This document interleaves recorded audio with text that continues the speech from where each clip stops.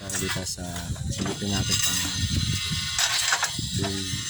ano na guys, medyo pangit ang panahon. Silipin natin tong right side ng ginagawang bahay ng tropa natin guys. Day 11 po ito guys. Ayan.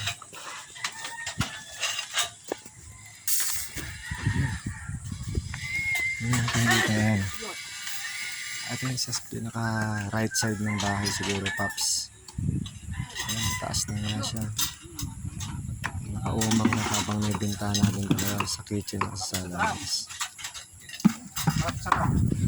Malapit sa drum. Ayan, pinakapagit ang extension pala ito. Rami! Kitchen at ayan.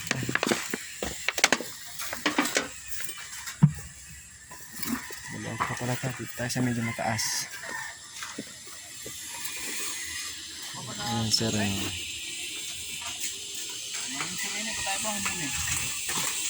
Lapit na.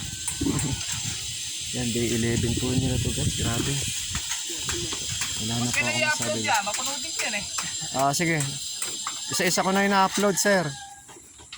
Dapat pala pag in-upload yung buo na para matagal-tagal panoodin. Oo nga. Hindi, masyadong mahaba yun. Pwede na may edit at cut. Puputol-putulin siya, ganun.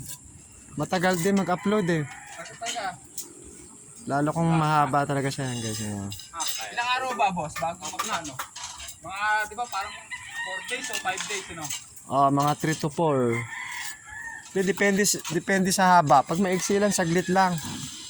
Halimbawa ito, mga 10 minutes, ganun oh. Saglit lang din. Depende rin pag malakas ang signal.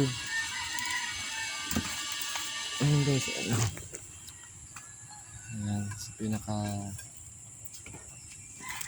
stock room siguro yun. Tsaka yung sa likod ng isa.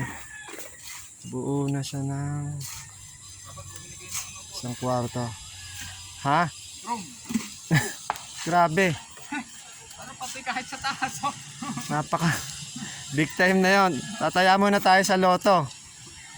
Para manalo tayo ng milyon, ha? Mura lang.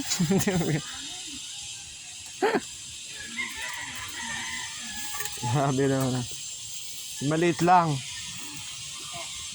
Ayan guys.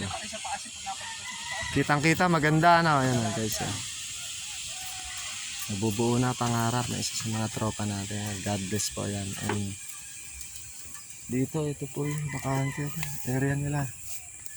Medyo malaki po yung lote ng tropa natin guys. Pero yung sakto lang po yung pinagawang bahay niya. Mga 65 square meters daw ito. 3 beds.